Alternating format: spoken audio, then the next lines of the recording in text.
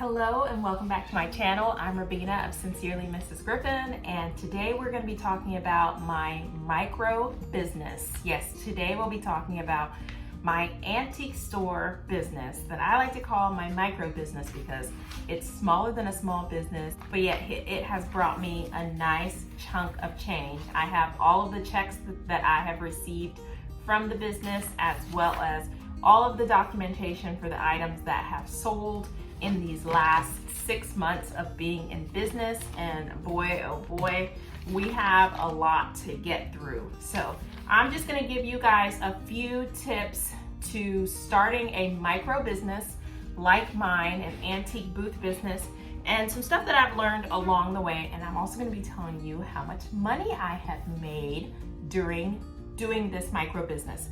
So what I do is I have an antique booth. I don't know if this ring light is distracting you guys because I can see the ring in my glasses, or if it's just me. Maybe I'll just sit like this because now I can't see it, so that's actually a lot better. All right, so I'm not gonna be able to sit like that. Anyway, okay. It makes the lighting really good for the video, so I hope you guys enjoy the content. Give this video a big thumbs up, and don't forget to like this video. And if you subscribe to my videos, click that post notification bell so that you don't miss anytime I film videos in the future. I make videos here on YouTube about my hair journey. I also make cooking videos because I follow a low carb diet called Trim Healthy Mama. And then every now and again, I drop videos of our family when we go on trips. But honestly, our family, we like to go to the same places over and over. We're not ones to be fussy to say, if we go to one place one time, we can never go there again. So how's your family? Does your family like to revisit places that they've gone to vacation before? Or is your family the type where you like to visit different places each time you have a vacation? Let's talk about the booth business. Let's break down my top tips for running a booth. All right, tip number one for running an antique booth business is don't focus on the numbers. Don't focus on the money and how much money you think you're gonna make. You do want to be mindful of how much money you spend on your items versus your profit margin when you're setting prices for things, because you do want to make money on each item. But I would say don't be so focused on, every month I want to make $500, because when you first start an antique booth business, at least when I first started mine, my money per month has gone in waves. And actually, I wrote everything down, so let me just open this up and we'll talk through the last 6 months, what I have made. So each month has been different. First and foremost, I wanna say that for me, this is a hobby. This is not my primary income. So whatever money that I make from the booth, I count it as fun money. This is money that we can use on our vacations or for gifts for each other, or most of the time the money just gets deposited right into our bank account. So this is all fun money, although I am mindful about how much money I spend on items that come into the booth. I do try and keep those numbers very, very low.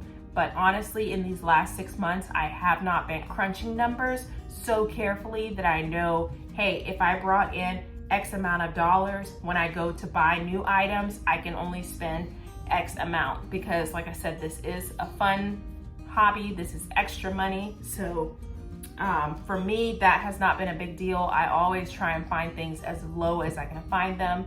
When I first started the booth, most of the things that went into the booth was because I went through my whole house and kind of gathered the things that I didn't want in here anymore, or things that I didn't think that I could use in here, or things that I felt like, hey, this would be a great item to add to the antique booth since we're not using it in our home.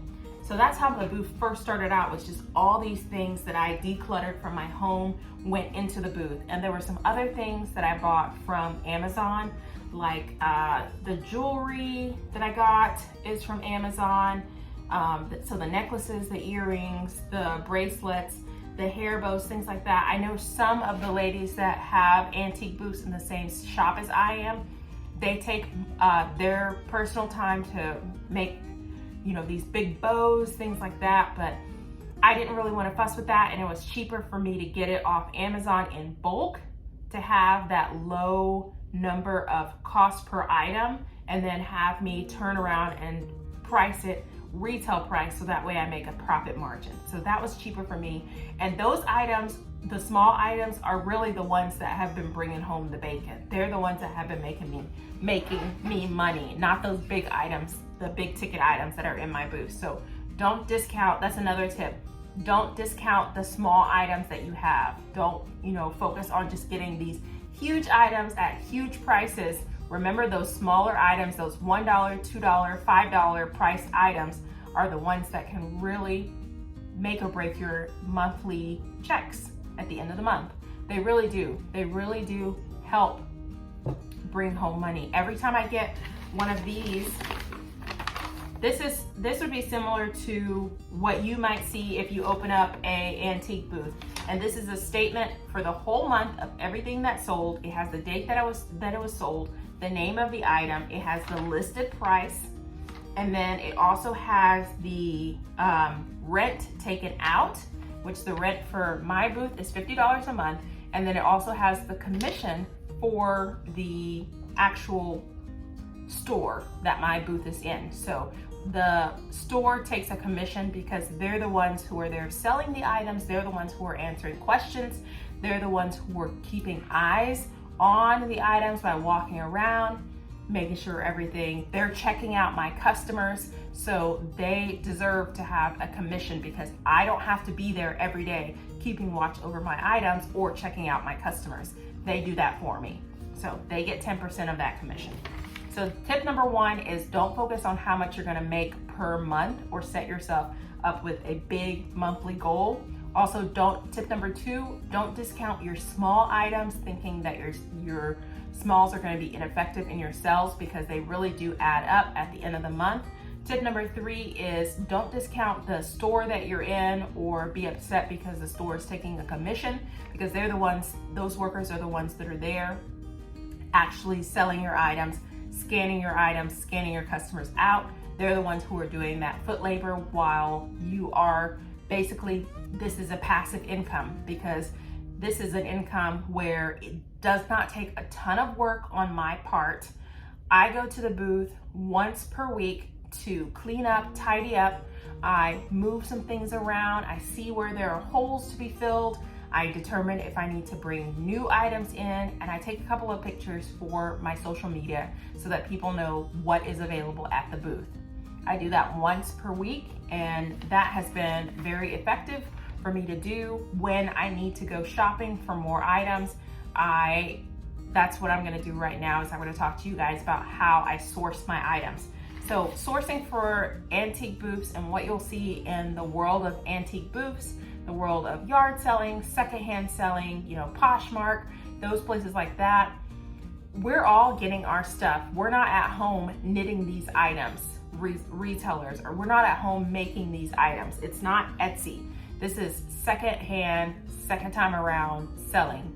So these items that are, for the most part, in my booth, if I haven't bought them bulk, like I said with my hair bows and my necklaces, some of my jewelry that I have there, if I haven't bought them bulk, then I've bought them from a thrift store at a discounted price. I've bought them from a yard sale. I've gone antiquing. I've gone to estate sales, places like that. That's where I am using for sourcing. It is perfectly legal to do that.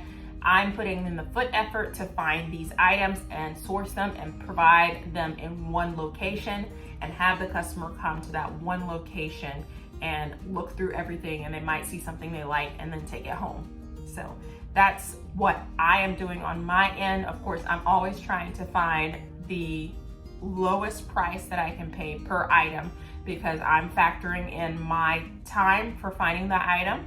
And then I'm also factoring in that the mercantile is taking a commission on that item and what is going to be my retail price. So those are my tips for today. That's all I have for you today. If you're thinking about starting a micro business or a small business as a reseller, these are some tips that you might want to keep in mind when you start your business. And now, but last but not least, we're going to talk about the money that I've made each month. So the first month that I had the booth, I made $73.90. The second month I made $76. So I thought, wait, we're on an upward trend. The third month I made $88.42. So I was like, yeah, we're going up. We might break 100. And keep in mind that these numbers are once the commission has been taken out and the rent has been taken out. This is my take home amount of money. On the fourth month, it rained quite a bit that month and it was just really wet. And so I think a lot of people were not out shopping. So that month I only made $20.02. And that's after the commission has been taken out and the rent has been taken out. On the fifth month, I made $139.70. That was my biggest month yet. And this sixth month, I made $134.50. So my grand total amount that I have made these 6 months of being a vendor, having a booth at a vendor location has been $770.86.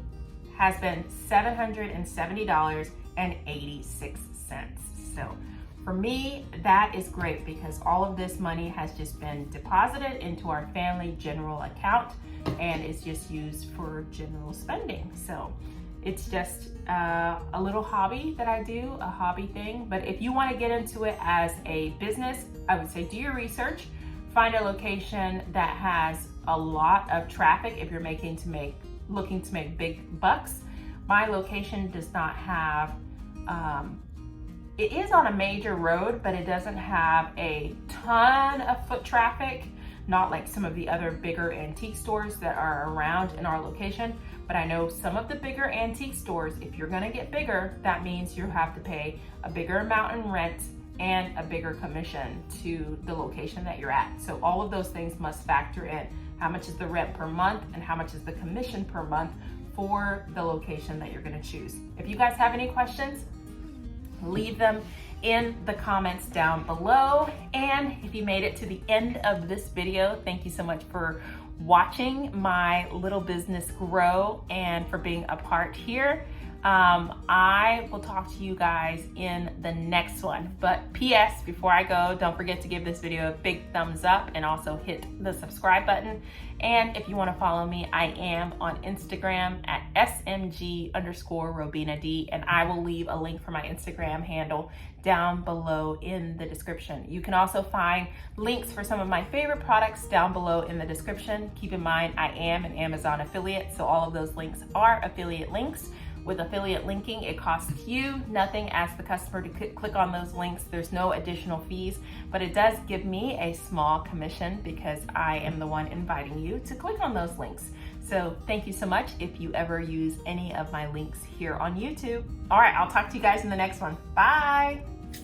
Hey y'all, I was on a podcast. I'll leave the link in the description. Check it out.